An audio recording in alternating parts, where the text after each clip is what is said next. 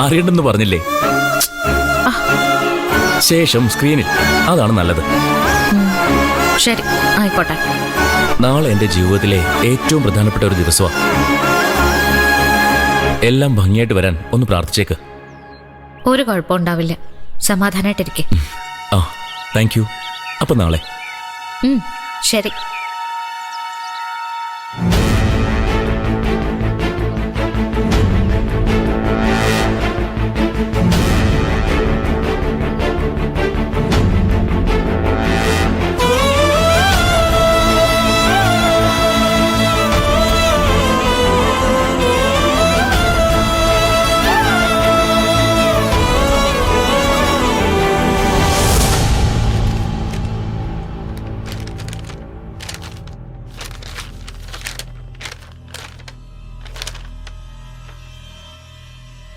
അതെ, നീ താഴത്തെ മുറി ഒന്ന് വൃത്തിയാക്കി ഇടണം.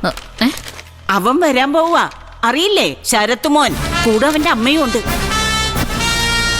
രണ്ടുപേരും കൂടി ഇനി അവിടെയാ താമസിക്കാൻ പോന്നേ. വേഗം വേണം. ഞാനോ? ആഹാ, പിന്നെ ഞാനോ? എടി, നീ വേണോ അത് ചെയ്യാൻ? ദേ, ഇങ്ങോട്ടൊന്നും പറയാൻ നിൽക്കണ്ട, പറയുന്നതനുസരിച്ചാ മതി. ഓ, എന്താ മോളെ മുഖം വാടിയിരിക്കുന്നല്ലോ? അമ്മ വഴക്കുവെല്ലാം പറഞ്ഞോ? അയ്യോ, വെറുതെ ഇരുന്ന് തിന്നങ്ങ് ശീലമായി പോയി. ഒരു പണി പറഞ്ഞപ്പോഴേ അവക്ക് ചെയ്യാൻ വയ്യാന്ന്. അതിന് ഞാൻ ചെയ്യില്ലെന്ന് പറഞ്ഞില്ലല്ലോ മുത്തശ്ശി. ആ, അങ്ങനെ വഴിക്ക് വാ. പറഞ്ഞ പണി എന്നാന്നേ അപ്പുറത്തിരുന്ന് ഞാനങ്ങ് കേട്ടു.